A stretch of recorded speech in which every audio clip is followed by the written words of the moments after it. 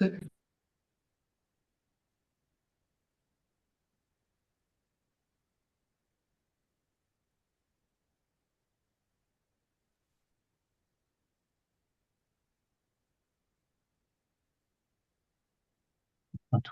participants in building. That's great. We might just give it a little while.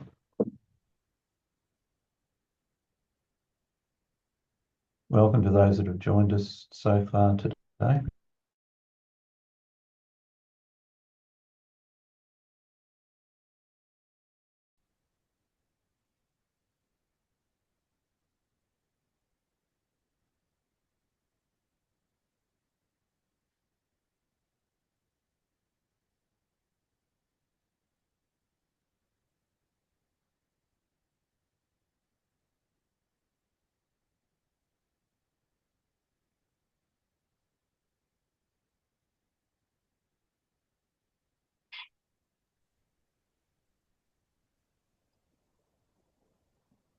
All right, I think that's enough lead time. We're up to 35 participants, so I think it's probably about time we started.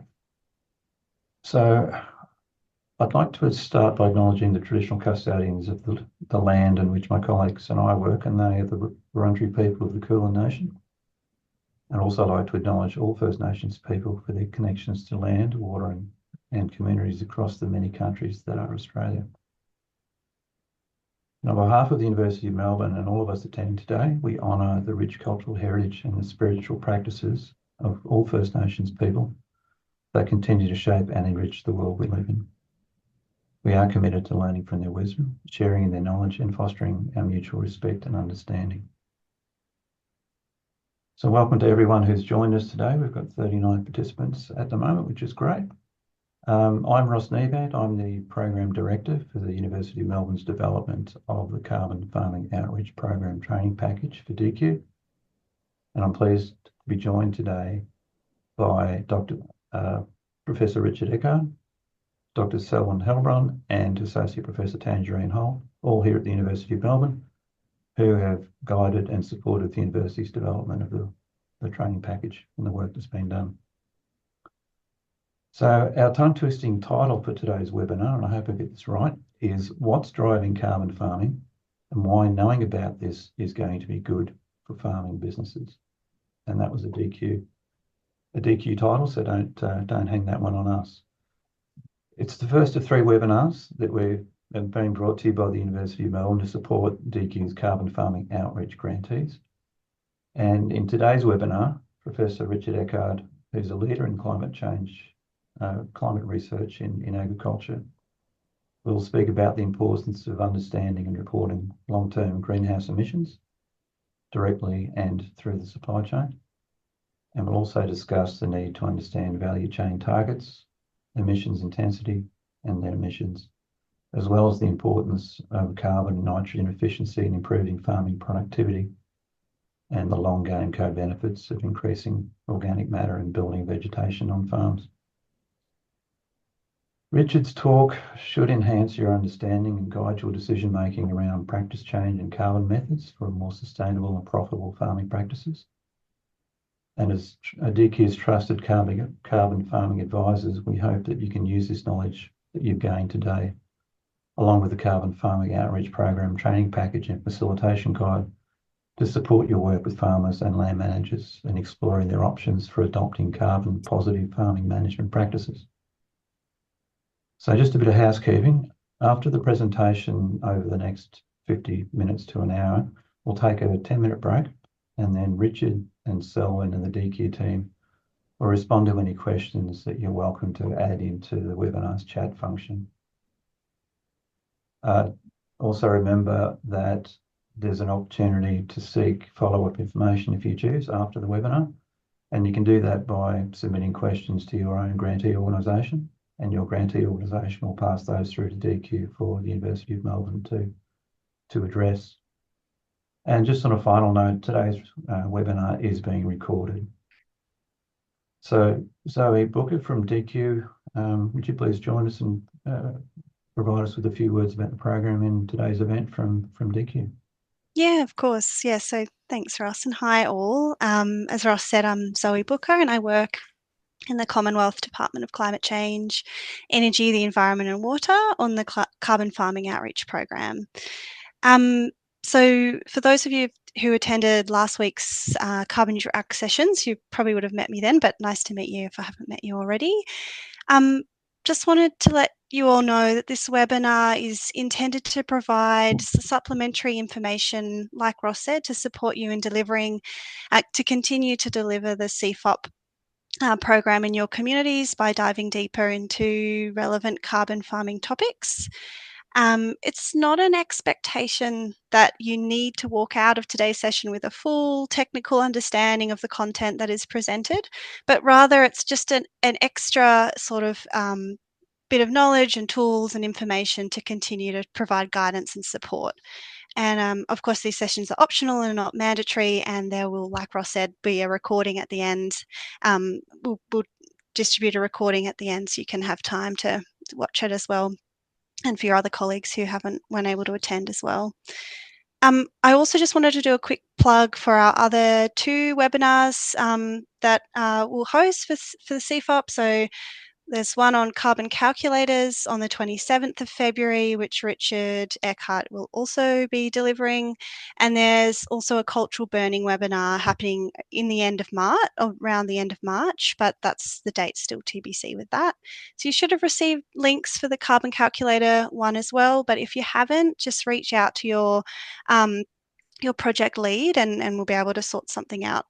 And the only one last thing I'll say is that we still have one more carbon neutral agriculture session available, set on the 25th of February. Again, Richard's going to be delivering that one. So if you haven't gone to a CNAG session yet and you'd like to attend, again, you should have the link to that, but reach out if you need access to register for that. And I think I'll pass back over to Ross. I hope you find this session informative and useful for your projects. Okay, thank you, Zoe. And I'll pass shortly over to Richard Eckard. That's why you're all here. You don't want to listen to me. However, just be aware that the Q&A session, the second part of today's webinar, feel free to pop your questions into the chat function, and then we will be going through those later on. We're not providing an opportunity for anyone to join us in discussions about any topics at this point. It's all meant to be around just popping your questions in the chat, and we'll get the right people to give you an answer for those in the second half of today's webinar. So having said that, I will pass over to Richard Eckard, and thank you, Richard. Thanks, Ross. Thanks, Zoe. And hi, everyone. I recognize some of the names in common with some of the carbon neutral ag training sessions. You might find a few of these slides today at the beginning of this presentation in common. What I was doing is actually testing those slides with you before I put them into this presentation. They were actually new slides developed for this presentation. When I talk about carbon farming, I'm bringing it to a higher level. I'm bringing it up and saying carbon farming is just a good thing to do, because you could probably argue that all farmers are carbon farmers. If you think about all biomass, you grow a wheat crop, you grow a pasture, that's 43% of that organic material is carbon. We're in the photosynthesis game. The real question we're asking in carbon farming is how efficient are we at converting that sunlight energy into a product and getting it out with the minimum amount of greenhouse gas emissions possible. So you'll find the talk doesn't sort of say, well, you've got to generate carbon credits necessarily. It says carbon farming. What can you do with that? Well, long-term, it makes you more sustainable. You can generate carbon credits. You can inset towards your supply chain demand. There's multiple avenues that I'll present of how you then make it part of your farm business. So let's start off by saying, who's asking? And a lot of you have heard me say this before, but for the first time, the Paris Climate Agreement said we're heading for a net zero world by 2050. So emissions minus sequestration should balance out by 2050. And then we saw the Glasgow Agreement say, well, we don't just want to know what you're going to do by 2050. We want to know what you're going to do by 2030. So we know that you're on a pathway to get somewhere. So that's where we saw Australia set a 43% target by 2030. Now, in case you worried that your farmers are buried in sustainability reporting, this is what your value chain look at. When I say value chain, I mean your bank, your insurance, your supply chain, the likes of Fonterra, JBS, Wilma Sugar, all of those. They look at this montage of sustainability reporting. Now, our job is to distill this down to what matters in the end, because sitting behind all of this is just a few carbon accounting constructs and reporting requirements that matter. That's what I'll deal with in the next webinar, is how do we distill this down to make sense of this noise into a few common things that we can do. But in the next few slides, I'm going to go through what are companies doing about the Paris commitment? What are countries doing about that Paris commitment? So trying to sort of separate them out and say, because in some cases, what a country or an industry target is matters to you, or what your supply chain is setting as a target matters to you. So why do companies get covered by these policies? Well, 100 of the largest companies are responsible for 70% of industrial emissions in the world. So unless we're doing something about company emissions, and that's why we've seen a bunch of targets being set, a bunch of frameworks coming in, directives all coming in. I won't go through all of these, but you can see various examples of what's happening covering certain companies in their international financial reporting standards, their science-based targets initiative, for example, we've seen companies come under this legislation. So they have responded. Companies have responded in two ways, setting absolute targets, but setting interim targets. And so you could see a bunch of agricultural value chain companies that have set targets saying, we're going to achieve on average, if you summarize all this information, you probably find it's about 30% less emissions intensity by 2030, but absolute net zero by 2050. So there's two separate targets in there. One is an emissions intensity, which is basically an efficiency gain by 2030 as the interim, but long-term net zero is zero. So you can see it's set by the banks, by the supply chain, everybody. But we've also seen countries set targets. And so you see just a smattering here, just a list of the various nationally determined contributions that have been made by various countries. Now, I think the US one might disappear. We know that the current administration's thinking that, but the rest of the countries, compared to what they tabled at the Paris Climate Agreement, they've upped their ambition.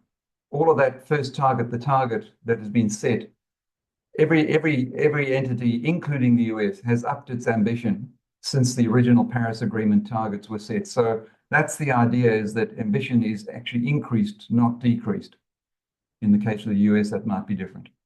But when we look at what's starting to happen in these countries around official legislation, we can see the International Financial Reporting Standard, which includes now the S2 climate-related disclosure standard, is being adopted in multiple countries. I've just got a list, initial list there, which includes Australia now in the Australian Sustainability Reporting Standards for climate-related disclosures. So we've seen countries binding themselves to these various commitments. And because this is a country legislation, it affects over 100,000 companies operating globally across these various economies. Now, the important thing, the reason why I mention this is because Scope 3 reporting is part of this commitment. And Scope 3 would say, if you're a Fonterra or you're a JBS or you're a Wilma Sugar or one of these big multinationals, your Scope 3 is the farm. And so it automatically over time includes agricultural reporting. I'll get more into detail on that soon, because in Australia, to go more specific to what our Australian legislation is, we've seen a framework for climate-related financial disclosures as part of the Treasury Laws Amendment Act, starting in January 2025 now. And it includes Scope 3 from 2027. So in the Australian context, agricultural reporting will be included. which is why the next step is to say, well, we need a consistent national standard by which reporting should occur. You can't have legislation talking about reporting and then have the private sector determine the method. You've got to have government determine the method, same as the Australian Tax Office. You can't have the private sector determine that methodology. The tax office has to determine the methodology. So we're actively working between the CRC for Net Zero Agriculture and the Commonwealth. We've got a joint chaired committee called VEERS, which is developing the voluntary greenhouse gas estimation and reporting standard for the agriculture, forestry, and fisheries sector.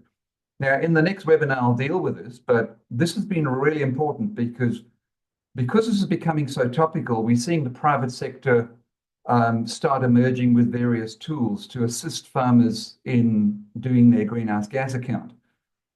Now, we'll never stop that from happening. What we can do is ensure that the tools that are being offered to you as consultants are adhere to the standard. So all you ask is, if I use tool X, does it meet the standard 100% yes or no? And if it doesn't meet the standard, you can't use it. So that just forces all those third-party tools to sing off the same hymn book, basically. That's the idea. Now, if you go to the link at the bottom, the Treasury document where the mandatory climate-related financial disclosures are stipulated, here's the schedule and the introduction of the standard. So it really starts off 1st of January 2025 with the bigger companies. So 500 million or more, larger asset groups. But over time, by 2027, it's distilled down to companies of 50 million or more, which would cover most of the agricultural value chain automatically. So by 2027, we know that agriculture will be, in some ways, we're not quite sure how, but at what scale, but they will be reporting up into the framework. So to summarize, who's asking for low emissions agriculture? Well, we see multinational supply chain companies, value chain companies having set targets based on the Science-Based Target Initiative and the International Financial Reporting Standard. So both of those require them. And so you see examples of some of the global banks having to report into multiple central bank requirements. So the banks in Australia have to report to the Prudential Regulatory Authority on their greenhouse gas exposure, but the multinational banks have to report into the EU Central Bank, for example. And so they are bound by this International Financial Reporting Standard. When it comes to countries, we see multiple countries that I showed you earlier setting standards for mandatory reporting. But these countries also have their pledges. So they've got nationally determined contributions, which they pledged to the United Nations Framework Convention on Climate Change.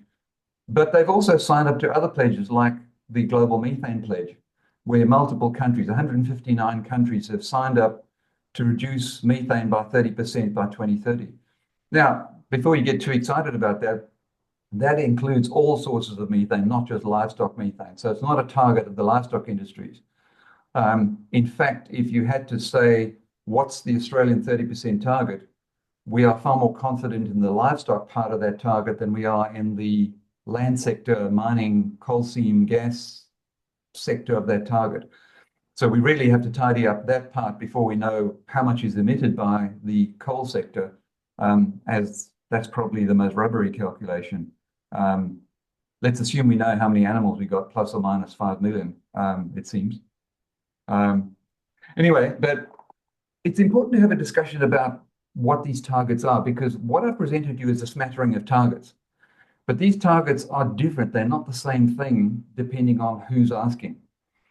If you are a government or the red meat industry, your target's an absolute one. You're saying greenhouse gas emissions per business unit or per state or per country. And typically you look around the world, these are your 30 to 40%. In Australia, it's 43% by 2030. That's an absolute target. The carbon neutral red meat industry, CN30 by 2030, is an aspirational target for the red meat industry to be net zero by 2030. That's an absolute target. So it's total emissions per red meat industry. When I presented to you the value chain targets, the target that the bankers set, the target that the supply chain has set, those supply chain companies. Those are emissions intensity targets. So when you look at the target, it's tons of emissions per ton of live weight produced. It's tons of emissions per ton of wool or per ton of cotton or per bale of cotton or per ton of grain or per litre of wine. That's quite different because now you've actually got two things to work on. You've got the denominator and the numerator you can work on. You might be able to reduce the greenhouse gas emissions by finishing animals earlier or by being better with nitrogen fertilizer use.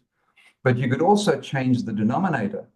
You could finish animals earlier through faster average daily gain, which means the animals are getting to market earlier, so you're actually getting more live weight out of the system. Or you improving the nitrogen use efficiency, which means you get more tons of grain per ton of nitrogen invested. So you've got things you can do that just change the efficiency equation. And this is the target set by the value chain. So it's quite important in your communication with farmers to understand they have something they can do, making the farm just more efficient. And that would meet the supply chain target. Now, just a few seconds on what are these targets. Those who have attended the other sessions would have seen this, but it's really important to know what we're talking about. When you're talking about a farm and you're talking about scope 1 emissions, we report scope 1, scope 2, scope 3. That's the standard reporting. Scope 1 is the emissions from the farm. So this is the animals producing methane, the effluent pond producing methane, the fertilizer you've used that emits methane, the diesel you use that emits CO2. Scope 2 is just depends on how much electricity they draw out of the grid. So, for example, the scope 2 emission is classically something that occurs off farm, like in the Hunter River Valley and the Latrobe Valley, as a result of consumption on the farm by turning on the electricity. So the further you go into the outback, the less scope 2 exists because they're all on either solar energy or they're on diesel generators.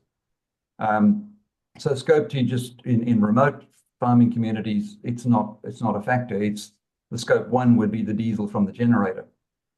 But then the farm inherits scope 3 emissions. And this is something that sounds unfortunate and double counting, but it's not. It says, if you put a boundary around the farm and say, in order to produce that product, we need to buy in steers. What were the emissions of the steers before they came to me? If I didn't buy carbon neutral steers, I've got to inherit that in my carbon account. If I buy glyphosate, and I'm not buying carbon neutral glyphosate, I've got to inherit that because I've consumed it on the farm.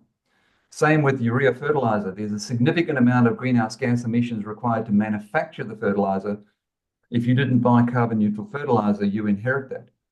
Now, that sounds unfair, but actually it's already playing out in a conversation that is occurring. So we've got one of our major fertilizer companies in Australia that are deliberately changing where they buy their fertilizer from. So they're buying fertilizer that has a lower greenhouse gas footprint because it comes from Canada, where they internally recycle and make it more efficient. So straight away, you've got the supply chain starting to work towards a point where they can supply the farm with carbon neutral product so that you don't have to inherit that scope 3. And next year, you'll get onto the phone and say, can you supply carbon neutral glyphosate, yes or no? And they'll get the message that they've got to work towards supplying you with a carbon neutral product. So that's important in the conversation. Now, let's flip it around and say, when your bank or your supply chain have set a target, what greenhouse gas emissions are they talking about? Because their scope 1 is very small. It's the ute that drives up your driveway to sell you a new bank loan. It's not a significant emission. Their scope 2 is pretty small because it's the head office in downtown Brisbane that has to turn on the electricity to keep the aircon running. When they set a target that includes scope 3, which they all have done, it includes the indirect emissions of their business, which is the farm. So when you hear the bank talk about their scope 3 target, they mean all your farmers. When you hear the supply chain, the meat company, the wool company, when you hear them talk about their scope 3 exposure, they mean all the farmers that you'll be talking to. So that's why it's so important to understand who's who here and who's set what target. Because that scope 3 target that the bank has set or the supply chain has set is emissions per unit of product. Why is it emissions per unit of product? That's the only basis on which they buy. So if they have to reduce their footprint as a company, they have to buy a lower emissions product, which is where the whole insetting discussion comes from in the first place. So we'll get to that in a moment. Breaking it down, we see different farms have got different emission profiles. It really differs. On the right, you've got a grains property, obviously no methane involved. It's all around nitrogen fertilizer and a little bit of diesel. In the middle, you've got a rangeland system which doesn't use fertilizers. It doesn't use chemicals. So it's mainly methane proportionately from the animals. In the left, you've got a dairy that uses a lot of energy, a lot of fertilizer, but mainly methane. When you flip it across to pigs and poultry, it's all about manure management because there's not much emissions from pigs or poultry, but their options for mitigation are quite different. They're actually well understood. You either dry down the fertilizer and sell it as a replacement of urea, as a pelletized fertilizer, or you wet it up and generate methane as a renewable energy. Very different options. Cotton versus rice, both heavily water-dependent cropping systems, but cotton is very much profiled on nitrogen fertilizer use before the farm and on the farm. Whereas rice, if you flood the rice field for the full duration of the crop, you end up with a lot of methane because you're flooding a lot of organic material in an anaerobic open pond. Now, one thing that became obvious when we were doing the rice calculator was that 62%, we could drop that by half by just not flooding rice for the full duration of the growth cycle. Modern varieties of rice only need to be flooded towards the anthesis development side of the equation, which drops methane by half. So their options are different again, which does bring you to these emissions intensity comparisons. Now, this is the kind of data that the value chain are desperate for and don't really have access to, is how are they going to buy towards their target? What's the starting point of their target? If they're going to buy from beef production in Western Queensland, do they assume that beef animals are 15 as the middle of that range? And therefore, if they have a 30% target, they've got to buy all the 10s, not the 15s. This is something that is still actively in discussion at the moment. Now, I would caution you and caution everybody that you talk to, don't compare between industries. That's a completely spurious comparison to say, oh, well, grains is better than dairy because grains is lower per ton of grain than dairy. Well, a ton of grain doesn't equal a ton of milk solids, which doesn't equal a ton of wool, which doesn't equal a ton of live weight. So please don't make those comparisons. This is only for making comparisons left to right within an industry, saying, all right, if you are prime lamb, what makes a 6? What makes an 8? Well, what makes a 6 is 150% weaning. Why is beef a 10? Well, because the best beef systems we get only achieve 95% weaning. We don't do twinning in beef, but we do twinning in prime lamb.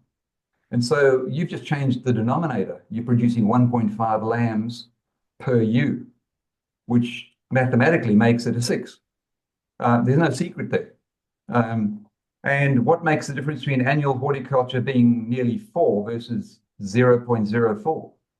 Well, the left-hand side is underground drip irrigation in an almond field, in the perennial horticulture. And the 3.95 is that lettuce grower in Clyde South that's putting on 600 kilograms of nitrogen a year onto lettuce, which they shouldn't be doing in the first place. So the left to right comparison gives you room to move within an industry, saying what makes a difference between, and then you have an example, what is the difference between wheat and canola, for example? Well, on average, canola is grown in a slightly higher rainfall region where they then have the ability to put on more nitrogen.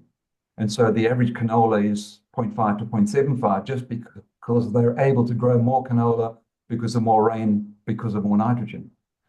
So all of these things have an explanation and it just calculates mathematically. So let's go on to why reducing emissions is good for business. Well, we've dealt with emissions intensity. It's just another measure of farm efficiency. You could have a bunch of metrics to say how efficient is this in nitrogen use efficiency, energy use efficiency. This is carbon use efficiency. And so you could assume, and in most of the case studies we've done, a farm with a lower emissions intensity than the neighbor is generally more profitable than the neighboring farm that is higher emissions intensity. It's about resource use, efficiency of resource use. So let's not be afraid of that as a metric.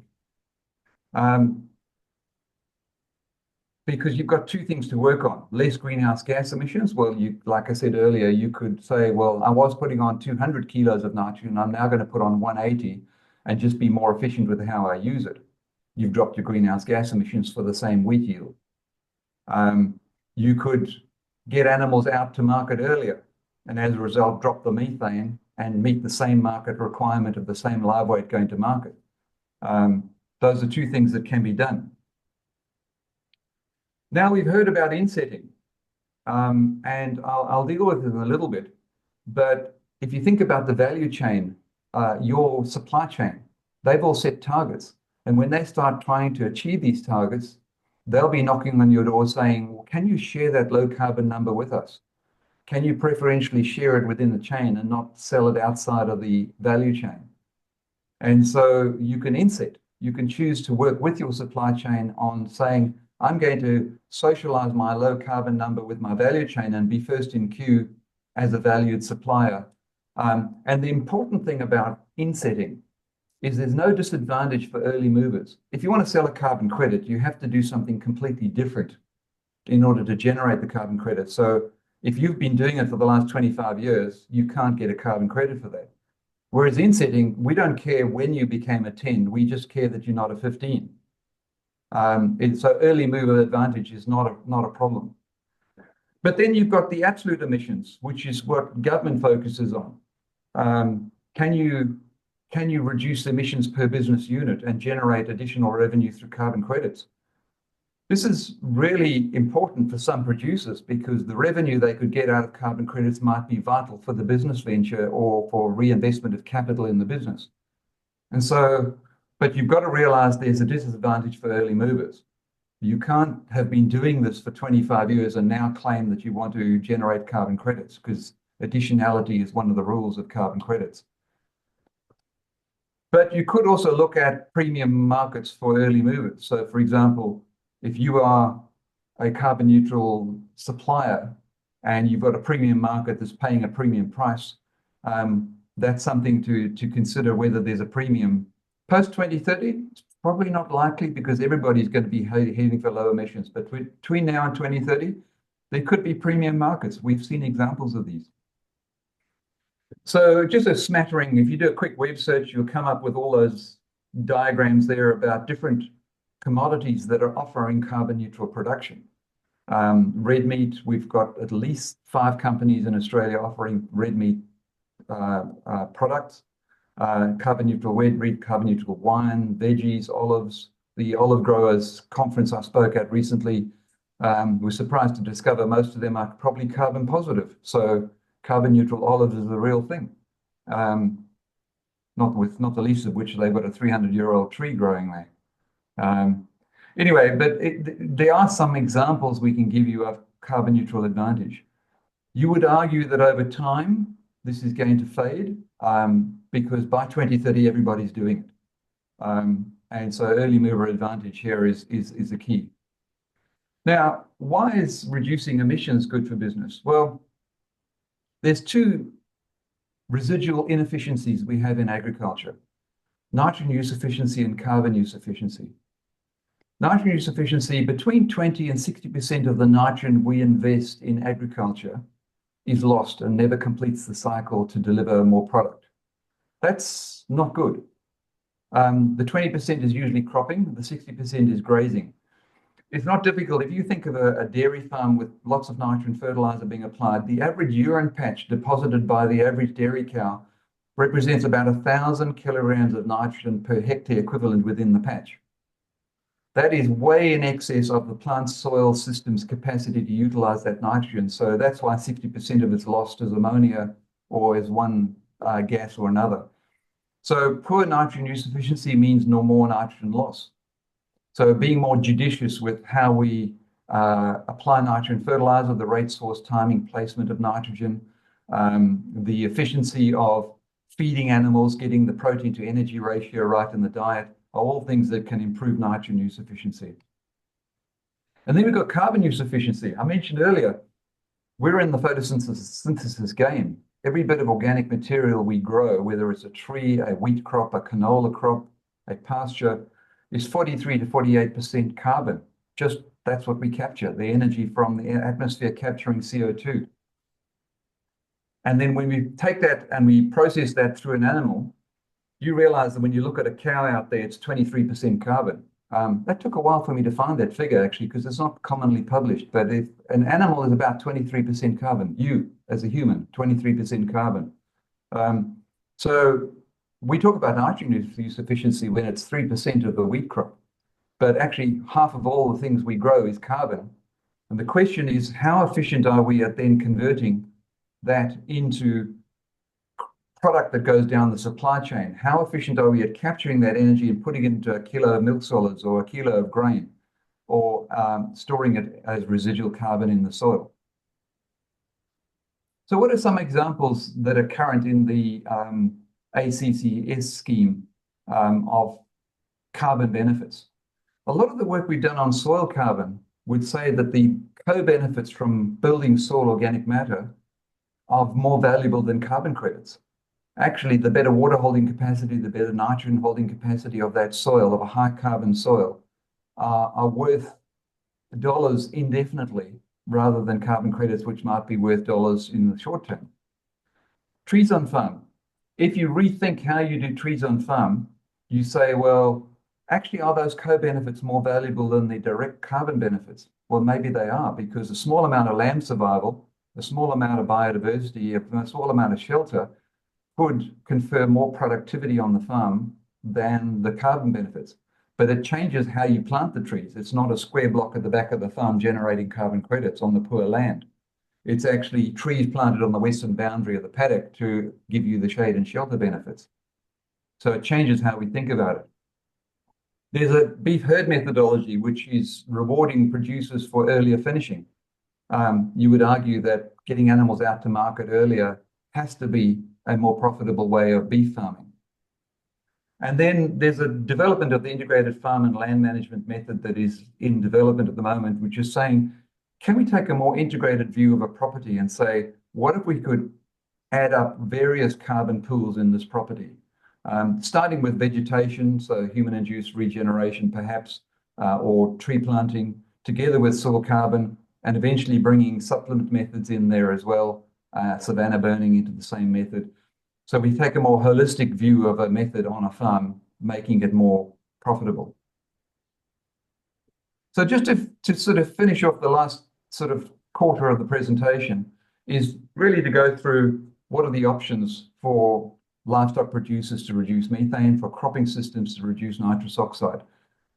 There's not just one target we can have for methane. There are things we can do around the animal, like breeding for residual methane production. That's within about the next 2 years, we'll have EBVs for breeding low methane animals. The CRC for Net Zero Agriculture is working on that actively. Simple things like improving health, fertility, weaning rates, changes the calculation. Get your weaning rates up from, say, 60% to 90%, changes the beef system from a 15 to a 10. Suddenly you're at the head of the queue in providing red meat into the supply chain.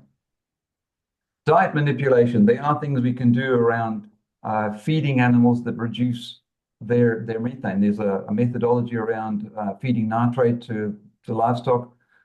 There's a lot of products around the market in feeding oils and essential oils, grape mark, for example, that all reduce methane. And then we've all heard about the methane inhibitors. There are some questions still around the cost effectiveness. So really, we do need a different business model to make those effective. And that's where the insetting dialogue probably needs to mature first as to who's going to pay for the supplement.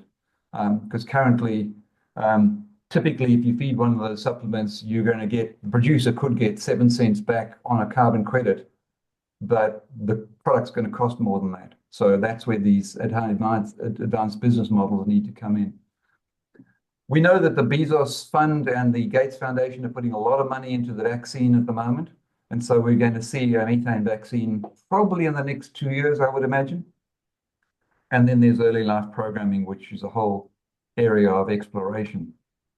But what we know about methane intensity how do we, in the first instance, what do you tell a farmer? Well, efficiency gains are around animal health, earlier joining, breeding for more feed conversion efficient animals, breeding for more fertile animals, improving reproduction, feeding animals better so that you get better growth rates out of them. These are all things that are inherent in existing best practice manuals that you would get from MLA, Dairy Australia, AWI. Improved nutrition, forage quality, bringing legumes into the system, better rotational grazing management. Those are all things that make a difference to emissions intensity, making a farm more efficient. On the nitrous oxide side, there's obviously things around animal management because urine nitrogen is one of the biggest sources of nitrogen. And so some of the work we've done has shown if you just get the energy to protein ratio right in the diet, the animal dramatically reduces the amount of nitrogen lost in urine. So you take a dairy cow, for example, and if you're feeding them on a very high nitrogen diet and not giving enough grain supplement, every excess intake of nitrogen beyond their requirement goes out in the urine as a highly volatile source of urea. If you just get the diet in balance, we've shown you can save a fair bit of greenhouse gas emissions as nitrous oxide. Feeding legumes is another one. In terms of fertilizer management, there's simple things, the 4 R's. I've added an extra R into that. So rate, source, timing, placement, the right rate at the right time with the right source, the right placement. And now I've added an extra one on the formulation, coated fertilizers, inhibitor-coated fertilizers can make quite a difference to the efficiency of use of nitrogen fertilizer in our agricultural systems. I'll give you just a simple example we were talking about the other day, where if you look at the best practice manual for mangoes or almonds, for example, you'll see that they say 60 kilos of nitrogen per hectare per year. Well, they're not putting on 60, they're putting it at a placement, they're putting on 6 kilos of nitrogen per hectare, but they're putting on 60 per tree in drip irrigation at the point of the tree. So actually, if you think about it, placement is a very important way of reducing the amount of nitrogen you need in perennial horticulture because you can place it at the base of the tree and get the rate you need for that tree. And then there's compaction, waterlogging, and irrigation management. These are all things that are really logical that we've been focused on. Nitrous oxide is maximized in anaerobic soils, soils that have no oxygen left in them. So those are, first of all, unhealthy soils. They don't have a lot of organic matter in them. But a compact soil doesn't have much oxygen because if it's waterlogged, it can have no oxygen as well. If it's over-irrigated, it can have low oxygen. If it's trampled by livestock, it can have low oxygen. So these are things we need to work on, and generally more aerobic soils are more productive. Now, just to give you some perspective on where the nitrogen is used, we know that the high nitrogen industries are dairy, sugar, cotton. These are industries that typically can apply more than 200 kilos of nitrogen per hectare per year because they've got the water. Generally, these are higher rainfall or irrigated systems. Unfortunately, grains gets a bad rap, but the problem you've got is grains might apply. So some of the Western Australian grains suppliers have only put on 30 or 40 kilos of nitrogen because they're rainfall limited in the first place. But when you aggregate up all the nitrogen applied across millions of hectares of grains across the whole country, they're responsible for most of the nitrogen. The truth is they only produce grams of nitrous oxide per hectare per year because they are low rainfall judicious with nitrogen. And then perennial horticulture tends to use reasonable rates of nitrogen per tree, for example, but low per hectare. That was the example I gave you earlier of 60 versus 6 on a hectare basis, but 60 kilos of nitrogen per tree because it's placed correctly. Now, what's the way forward here? Just to finish off. I mentioned that scope 3 emission. So when a farm's doing a carbon account, they inherit the inherent footprint of the nitrogen fertilizer that they buy.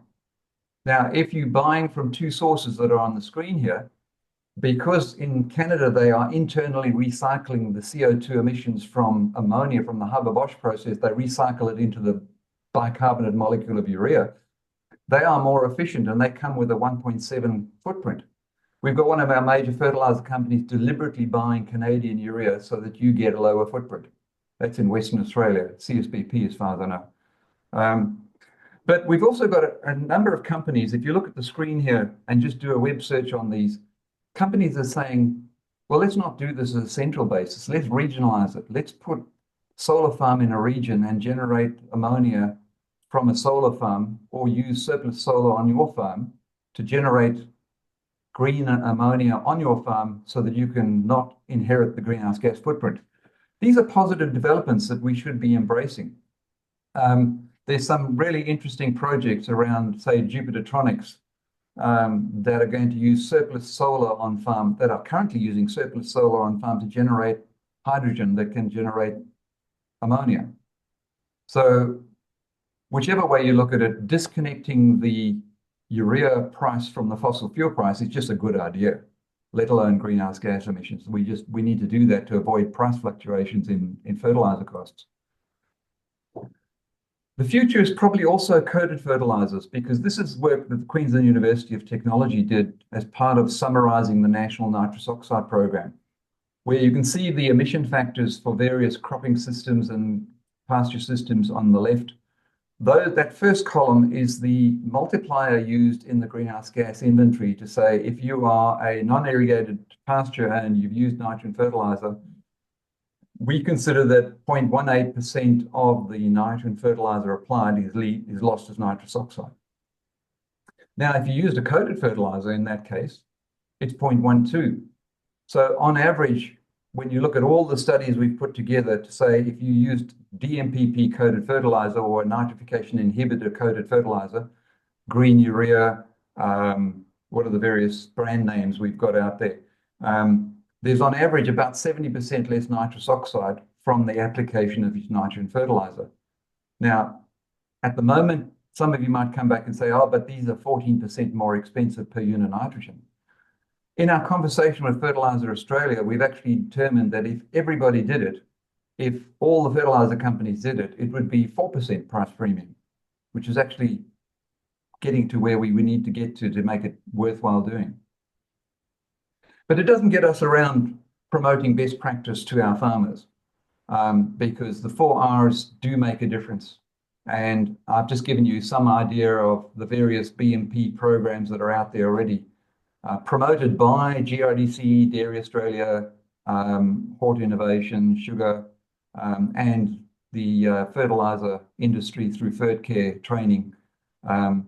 And this can make source rate, timing, placement, and formulation can make a big difference to nitrogen use efficiency on farm. I'd also say we've lost sight of the legumes, that rotations with legumes should be coming back into the focus.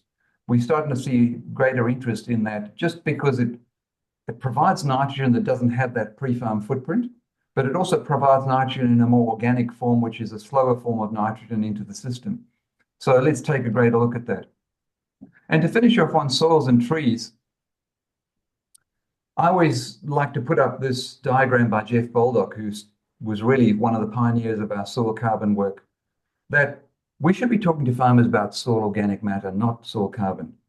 Soil carbon is what the fossil fuel industries want from the land sector so they can get themselves out of trouble. What farmers want is soil organic matter, because all of these biological, physical, and chemical roles are conferred by soil organic matter. Soil carbon doesn't hold nitrogen, soil organic matter does. Soil carbon doesn't hold water, soil organic matter does. So when you're talking to farmers, these are the co-benefits that actually are probably the productivity drivers they should be focusing on anyway. I think I've said enough on that. In terms of trees, we've already touched on this a bit, but when we look at the co-benefits of shade and shelter, that graph on the right, reducing chill index in shorn sheep, for example, a small amount of lamb survival will pay for the trees over time, whereas carbon might struggle to pay for the trees on its own. But if you add up and design your trees based on the co-benefits that I've got on the screen there, reduced salinity, preventing erosion, biodiversity, carbon might end up being the co-benefit rather than a direct benefit. And we've seen this in the Jigsaw Farms case study that we've run out near Hamilton, where 25 years later, carbon has actually flattened out in many cases. The trees are matured. a wattle. If you're planting environmental planting, 20 years later, a wattle is mature and in the next generation. But it still delivers the co-benefits. You still get the biodiversity benefit. You still get the lamb survival benefit. You might not be getting the carbon benefit long term. And so this is the latest data we've got from the Jigsaw Farms audit out at Hamilton, where you can see the horizontal lines are just the stock numbers, basically, saying this is the greenhouse gas emissions. But sitting in the colors behind is the agroforestry, which is largely spotted gum, and the permanent re-veg, which is wattles being planted. And what you can see there is a fair bit of noise in the sequestration.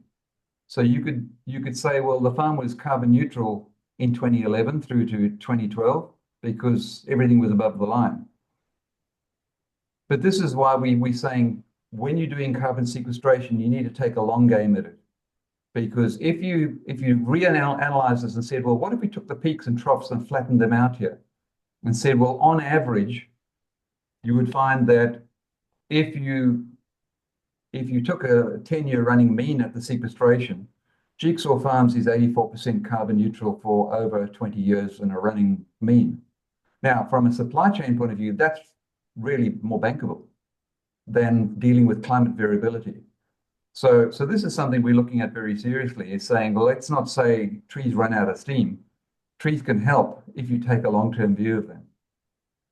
So in summary, one thing is important, know your number. Agriculture will be reporting, and what's not well appreciated is the rules that are emerging is you need 5 years of data with climate variability to show what your baseline is.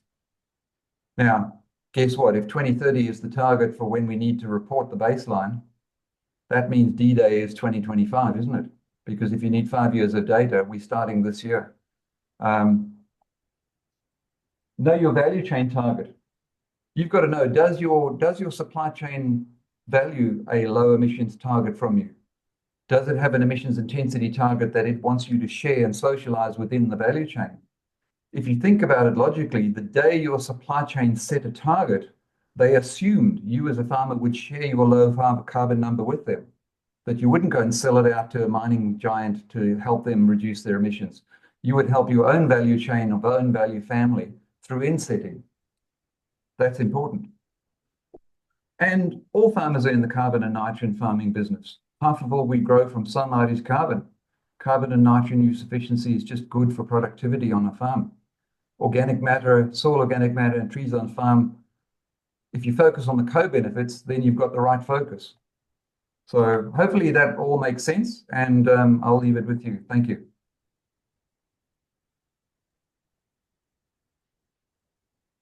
Thanks, Rich. That was a brilliant overview of where the current state of play and the latest thinking in those areas. So thank you very much. As I mentioned before, if you're able to pop any questions you may have in the chat for our team to respond to after the break, that would be great. And we'll stick with our idea of a 10-minute break. So we will see you back here at, let's call it 2:05. That's my time in Melbourne. So in 11 minutes time. So thank you all, and we'll see you back again shortly. It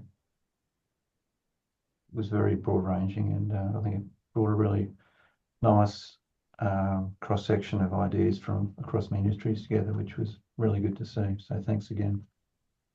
Richard, would you like to lead with just looking through the chat and the questions there, maybe starting from the first of those, and maybe just addressing each of them as you can, and calling on DQ or Selwyn Helbron. And for those of you who aren't familiar with who Dr. Selwyn Helbron is, Selwyn was the second lead academic who supported Richard and myself in the development of the carbon farming outreach training program. So Selwyn's background is in supply chain, food and fibre as well. So he can give us some really interesting perspectives from the supply chain side of things in relation to all things carbon. So Rich, I'll hand over to you. Yeah, great, thank you. And thanks for the questions, everyone. Please feel free to keep typing. We're happy to take on all the questions that are here. Premium markets, look, it comes up in conversation a lot. But I always use the Danish milk example as you've got to be careful how far it goes because, a decade ago, organic milk was selling at a premium price in Denmark until everybody did it. Now they have to blend organic milk back into conventional milk because there's an oversupply in the market. I suspect that that's what will happen by 2030 is everybody will be reporting or reducing their emissions or doing something. And so the idea of a premium market for what is now expected practice might disappear. Having said that, we have seen premium markets in wine. We have seen premium markets in wool. The example that I gave of Jigsaw Farms, when we first did the audit on Jigsaw Farms, they accessed a premium wool market in Italy that gave them a 30% premium on the wool, which was quite substantial at that time. They're now getting a premium price out of a New Zealand regenerative wool market. So there are examples. But Matt, I reckon where it struggles is it struggles with bulk commodities. So if you're putting grain in the hold of a ship, it's very difficult to differentiate. When you're putting red meat, if you're not selling red meat to your sort of a specialist,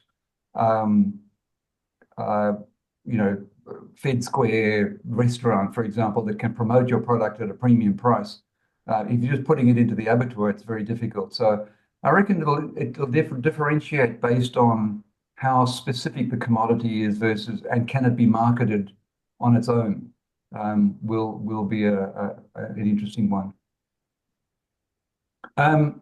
Madison, we kind of were expecting this question about the carbon cowboys, and it was, this is not an official DQ policy position. This is just Richard Eckard from the University of Melbourne. So just a big disclaimer there.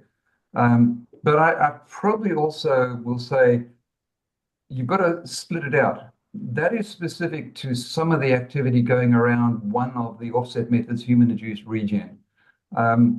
I don't think it affects what the majority of what we were talking about today, which is carbon farming is good for business. Let's separate the two. That's about carbon credits being sold out of a specific sector. And in most of the communication, most of the farmers you're dealing with are not engaged in that market at this stage, and are interested in nitrogen use efficiency, animal production efficiency. Those are the things we're talking about. So there's, yeah, I think that's probably it. And in particular, we're not sort of promoting carbon credits specifically. That's a decision your farmers have to make separately by taking financial advice as to whether that's the right thing to do when their supply chain are actually wanting them to inset. Selwyn, did you have a view on that? Yeah, thanks, Rich. Yeah, I think it's important to distinguish two things. One, whether these issues are emerging because of some aspect of the design of the program, or the design of the incentive, or it's through the implementation of it. And from the media reports that I've seen, I think it's pretty much the latter, and that this carbon farming outreach program package was, I think, quite clear on the importance of farmers getting understanding the risks associated with all of these initiatives, and getting trusted advice, which is what you folks are all there for, and of doing appropriate due diligence on these initiatives. And I think those are messages that are valid and sort of worth reiterating. Yeah, thank you. So Joe from Kangaroo Island asked when we'll be actually reporting. The advice I would give to most producers is saying, you don't need to know your number today, but you do need to know what data you need to be keeping so that you can get your number. Why I say that is, what is emerging? And one of the lower questions was, where does the 5 years come from? What's the 5 years you won't find necessarily in SBGI or anything, but it does talk about how to manage the variability. In other words, if you've got high variability and you're either selling down into a drought or you restocking post a drought, your emissions intensity goes through the roof on either side.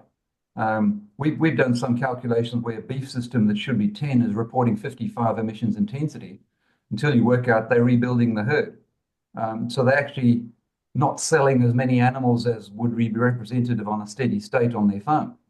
And that's really not representative. So that's why you do need to give a more fair representation. You need one entire crop cycle, which is typically up to 5 years. To manage the ups and downs of climate variability, you probably need at least 5 years, if not more. So the 5 years is more my interpretation of reading the rules around SBTI and stable reporting. And I would be very surprised if this doesn't come out in the next few years as we will take a 5-year running mean at your emissions intensity as being a more representative number. So it's really me saying I'm interpreting what's coming.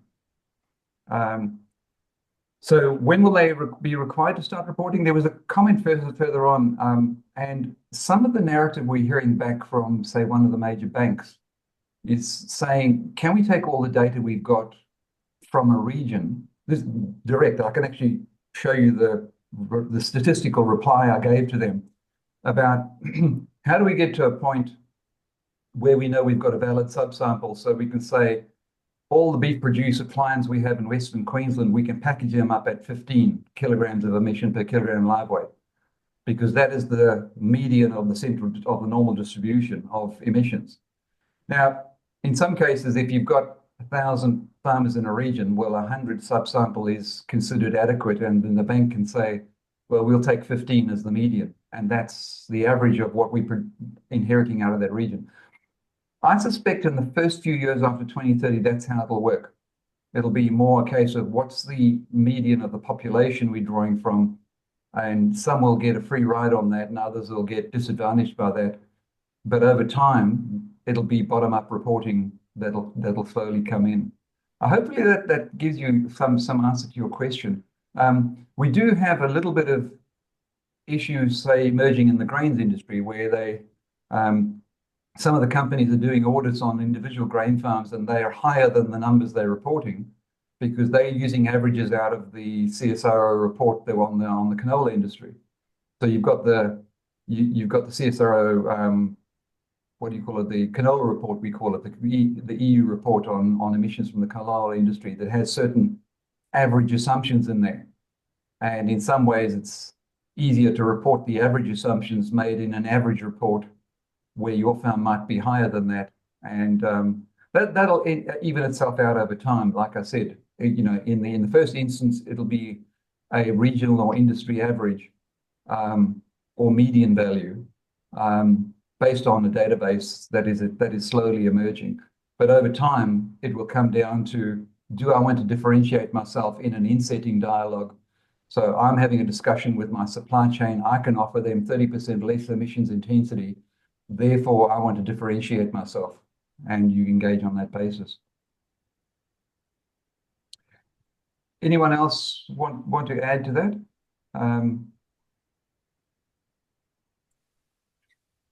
Richard, I could add a few comments from the department's perspective, if that's helpful as well, about the timelines for potentially reporting.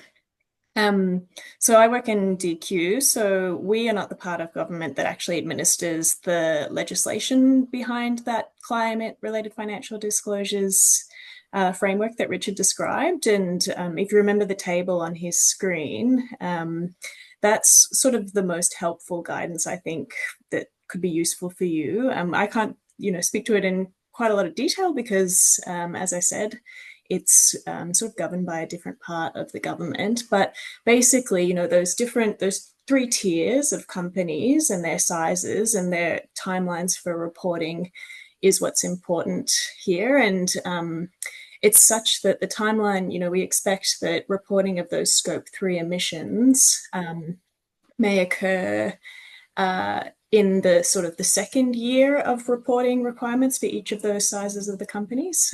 So, I guess to avoid giving too much detail and cut a long story short, really, I think the important thing is that farmers might face requests for information as early as 2027, even if they're not big enough businesses to meet the thresholds of reporting directly, but as part of other companies in their Scope 3 reporting requests. But I think from a carbon farming outreach program perspective, it's important to know that we don't expect you as CFOP advisors to be able to give farmers and land managers, detailed understanding of the specific reporting requirements for their business, more just to give them a bit of context about the new rules coming in. So I hope that's helpful. Thank you. I think that's probably, if you're looking at where the indication comes from official sources, that's probably it. That's the best indication we've got. So yeah, thank you. Thanks. I've looked through a number of the other questions, and they relate to that discussion about what's the value of a farmer reporting their emissions before it becomes mandatory. And I think Hayley's just dealt with that. Are you aware of projects aiming to produce green ammonia? Matt, I gave you the Sundown Pastoral example, which is the only one that I've noticed in the media as being relevant. Let's go to Kathy's question. When supporting a whole industry reduction, are we better focusing on what will have the biggest impact on the majority of farms? Yeah, look, it's an important question when it comes to an industry average. If you're thinking about the dairy industry, you can vary quite greatly across the industry from System 1 to System 5.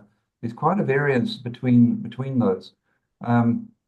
And so if in the first instance, we're going to say that dairy will be judged on an average emissions intensity of 10, then you're absolutely right. What brings the average down is going to be the big sources. So you focus on those first. There was a lot of focus in dairy about energy efficiency, a lot of focus about manure management. Those are things that make less than 10% of the farm profile. So you could halve them and still not change the average. I guess it's things we do anyway, but if it's the law of averages, then focus on the bigger sources, then you'll bring the average down quicker. Does that answer your question, Kathy?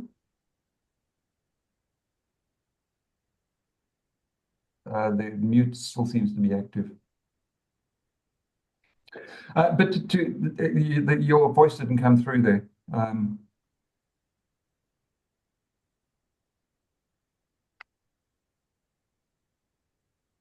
On the second part of your question, some farmers are more interested in breeding for sustainability or tree planting. I think in dairy, we're going to see the answer to that because there's going to be an EBV that replaces the sustainability EBV that will include breeding for residual methane production. I don't know if that's public knowledge. I presume it is, but that's the plan. And so it might be no downside to a farmer focusing on the big issue, but actually also breeding for low residual methane production by just adopting the current sustainability EBV. So it might be inadvertently happening.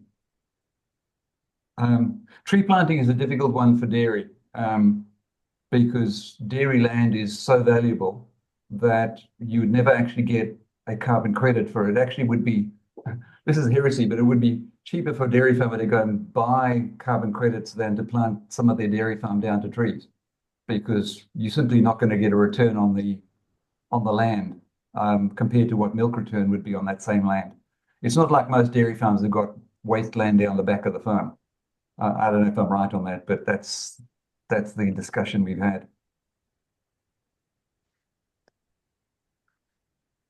James asks, how do we best value the presence of livestock on well-managed rangelands and enhance the sequestration of soil organic matter? Feedlot cattle may have lower greenhouse emissions profile per kilogram live weight than their rangeland counterparts, yet the presence of livestock on regeneratively grazed systems sequesters more carbon. Is the value of livestock to soil organic a co-benefit or otherwise accounted?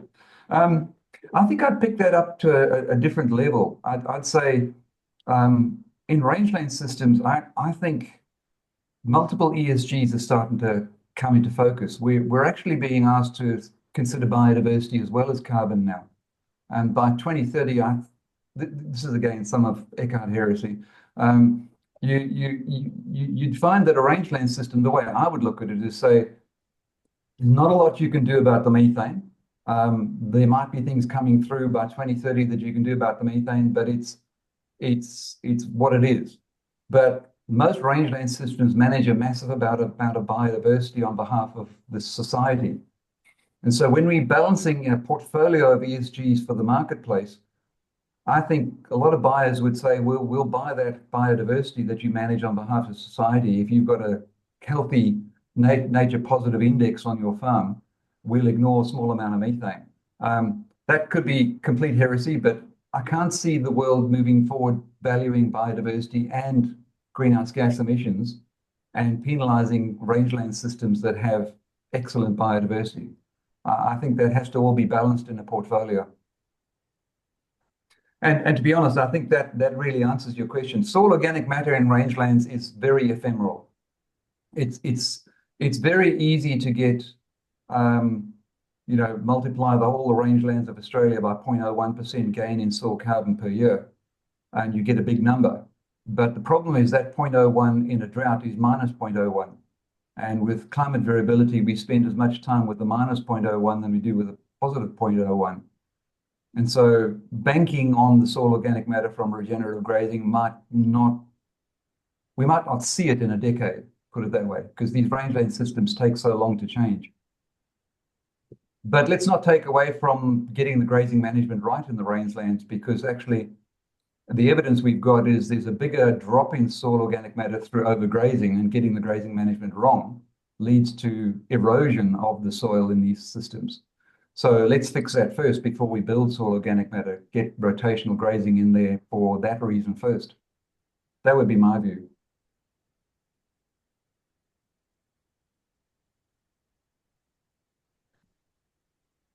Kathy, yes, the 30%, you probably know that, and I'm going to present it at the Australian Dairy Conference day after tomorrow, a diagram of the dairy emissions and showing that you can knock off 50% of every single one of those.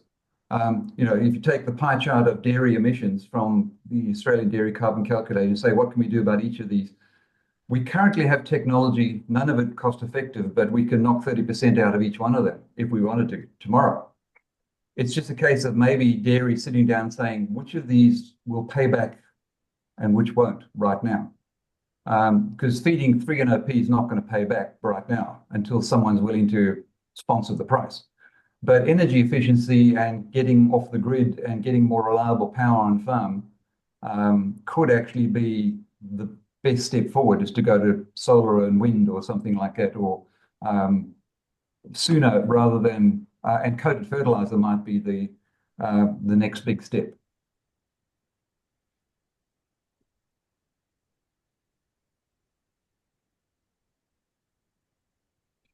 Are there any questions I haven't got? If I've missed it by summarizing everyone's questions, could you please just send me back to your question?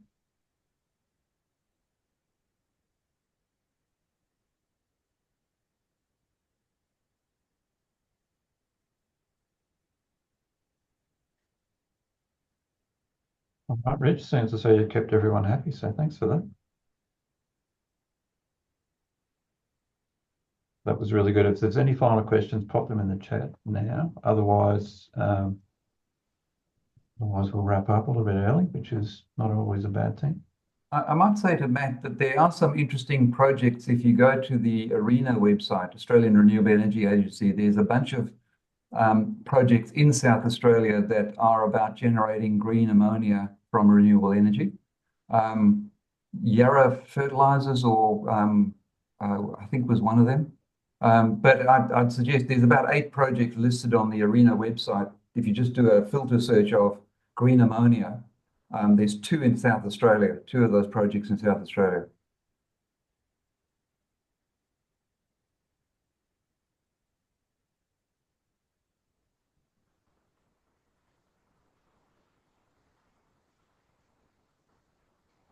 So I guess just to pick up on Sarah's comment, I think in the first instance, post 2030, and if you read some of the guidelines, particularly in that link by Treasury, it kind of implies that we're not going to be too penalizing in the first instance when your first carbon audit is produced.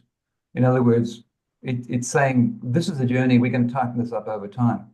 And I can see a very much a regional average approach being used in the first instance, because otherwise it's just completely impractical. If you think of Rabobank, something like 35,000 farms across Australia, there's just no way they're going to get an audit done on all of those in time to bottom-up report.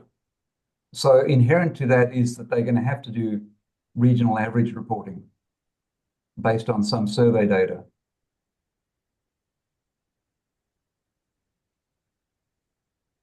Sorry, Ross, I just saw one comment there. No, that's fine. And we've had a question from Simon come in as well. Did you see that? Yeah, are there some voluntary markets that can certify negative carbon projects such as biochar? These credits exported, are there moves to trade this, to moderate this trade and adopt some protocols in Australia?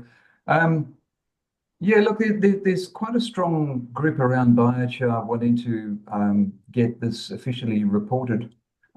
There's a bit of an irony in here, and that is when I spoke to the regulators back in the day when biochar was first put forward, they said the carbon credit from biochar is accrued at the point of pyrolysis.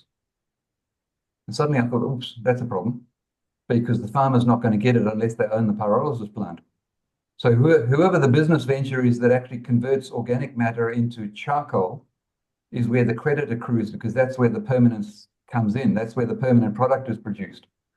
So if farmers are going to get a benefit from biochar, they better own the pyrolysis plant. That was just a little aside to your question, but that is how it happens. Sorry?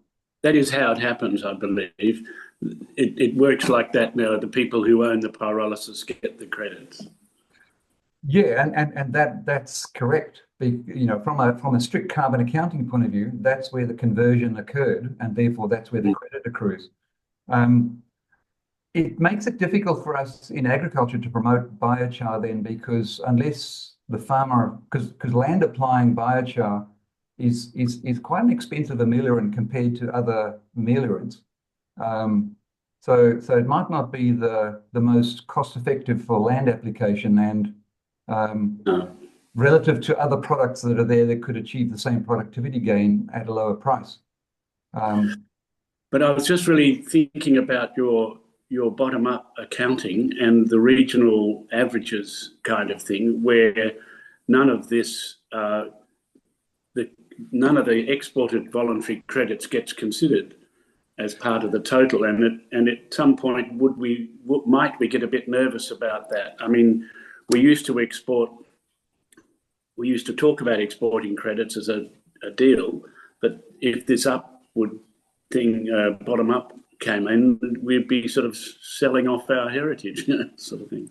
Yeah, exactly. And I think there's a couple of things in here. If we've got time, Ross, I can quickly go into this.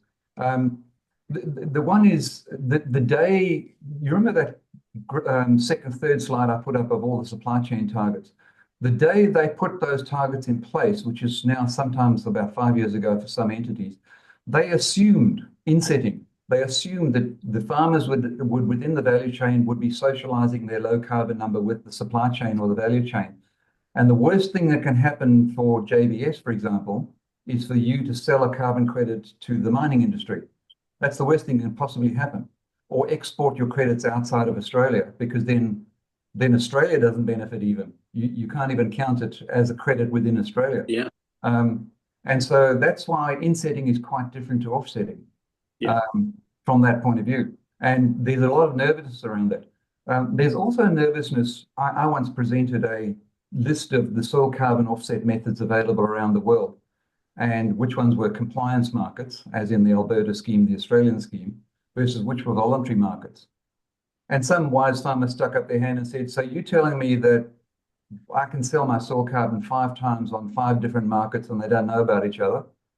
And that was exactly right, because you can. The voluntary market has no business model to put unique identifiers on their carbon credits, whereas the Australian market has the registry of ACCUs, which requires that.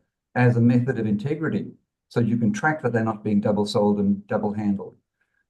So there's a move internationally out of the last COP meeting that's trying to tighten up the voluntary market, so there is a global registry required.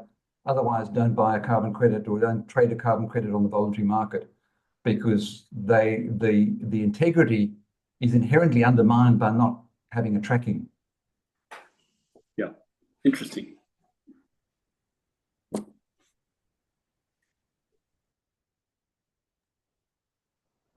Okay, Richard, I think we've got one final question. One from Lachlan. Will the forestry methodology promote forestry ahead of other opportunities, almost on an unintended consequence? Yeah, look, if it's the plantation methodology, Locke, if you're talking about that, what's not well understood is the plantation methodology does have a default credit for the fate of timber, which is quite unique in that, you know, a lot of farmers would say, if I'm going to plant a square of trees, I don't want to plant them and have to leave them indefinitely without any access to revenue from that same area of land. Whereas the plantation methodology says you can deliberately plant it and then 25 years later come in and log it. And the fate of the timber is, there's a default setting inside the full cam model that gives you a credit for the carbon, the proportion of that carbon that is deemed to be locked in a frame of a house or in a guitar or someone's furniture or something. Now, what we know is that when you log a spotted gum, about 40% of the carbon remains out of the environment if you put it into the frame of a house. The default in full cam is less than that, but it is still a serious option that is being missed at the moment, that you could plant a plantation on your property, log it every 25 years, get a perpetual carbon credit out of that and replant the same area to be your offset. I think that's kind of not well understood, that actually does exist. As unintended consequence, well, I think we're seeing some of that at the moment, unfortunately, where one thing that was never envisaged in the Carbon Credits Act in 2011 was that you would have farmers selling their farm to a big industrial emitter who will then plant it to trees and register a carbon project. Because the Carbon Farming Act doesn't allow a negative impact on farm productivity, but it never envisaged the transfer of ownership of farms. So that's a little loophole I think that we need to be aware of, is that especially with the safeguard mechanism tightening up the demand for carbon credits, you could actually see transfer of ownership of land as a result, as an unintended consequence. So that's something.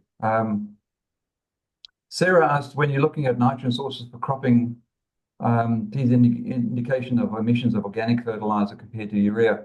Yeah, the inventory does have a lower emission factor for organic sources of nitrogen. So if you just ran our calculators and you said this was an organic source, now unfortunately not all our calculators have it, because, for example, the dairy one probably didn't get feedback from the dairy industry that we wanted an option for putting on organic nitrogen, whereas the grains calculator did. So not all the calculators have got the organic option in them yet. But the emission factor for grain for organic amendments like compost is generally lower than the fertilizer emission factor. So if you put the same nitrogen on in an organic form, you would cop a lower emission as a result of that, Sarah.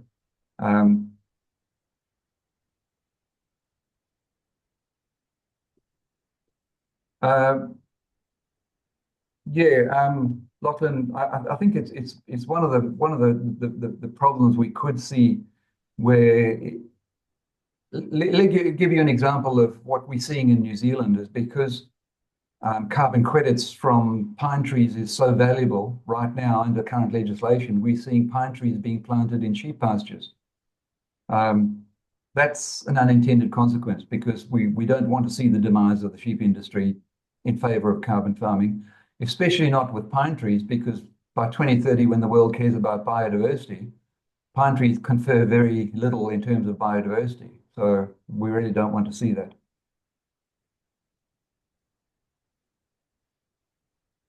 I think that brings us to the end of our Q&A session. Just a final call. If you have any questions, pop them in the chat now, please.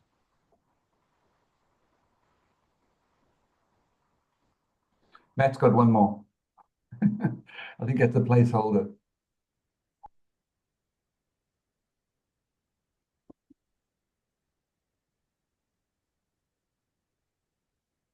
Yeah, Simon, coming to your point, I reckon there's going to be a way around bulk commodities.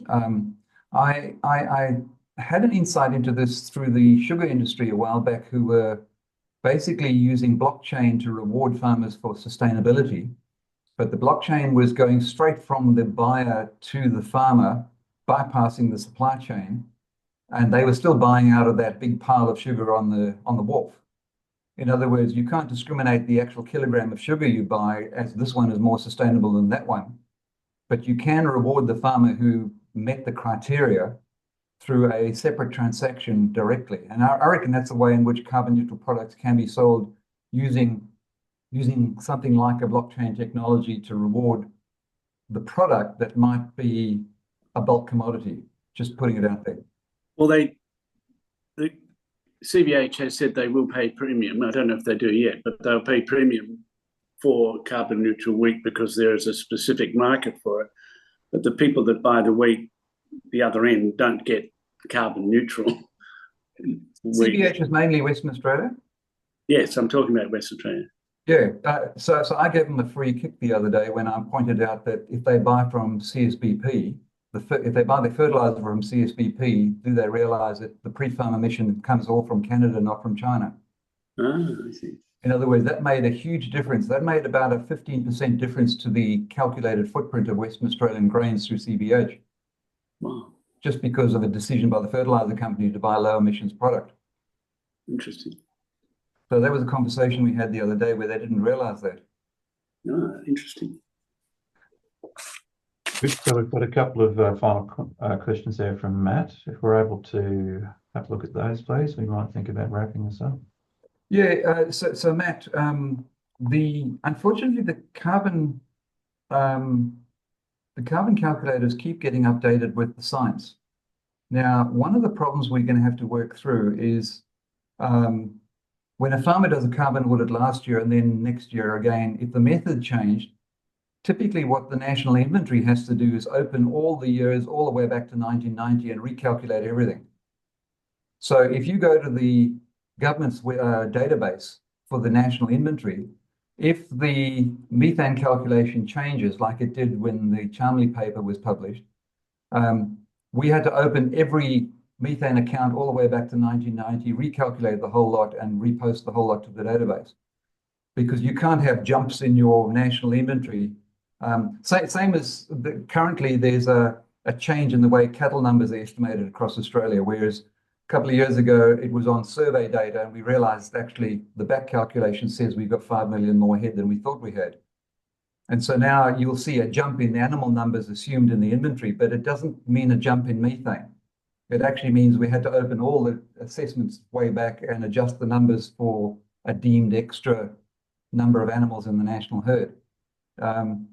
So it's a bit tricky. It's something we haven't got around is how does an individual farmer that didn't audit last year on the old version of the calculator now report in the next version? Don't have an answer, unfortunately, Matt.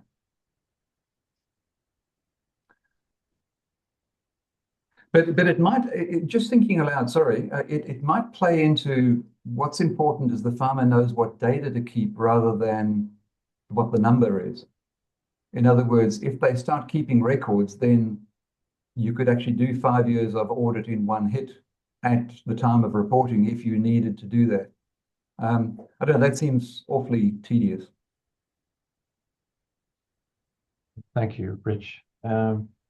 Yes, and from my own experience in the industry, I can only say that the most important thing is to keep simple and accurate records of whatever you do, so that and encourage your farmers and land managers to do that, so that you've got something to base these future questions on. Because, Rich, as you pointed out, this is an ever-developing field, and we're not quite sure where it's going to go. So, having the baseline information there, whether we understand what it's there for or not, is always a valuable thing. Well, we have no more questions, so I will wrap this up. So I'd just like to thank you all for joining us today. We do hope that you've gained some insights from what we've spoken about, and drilling down into Rich's brain and his responses. So thanks again for that, Rich.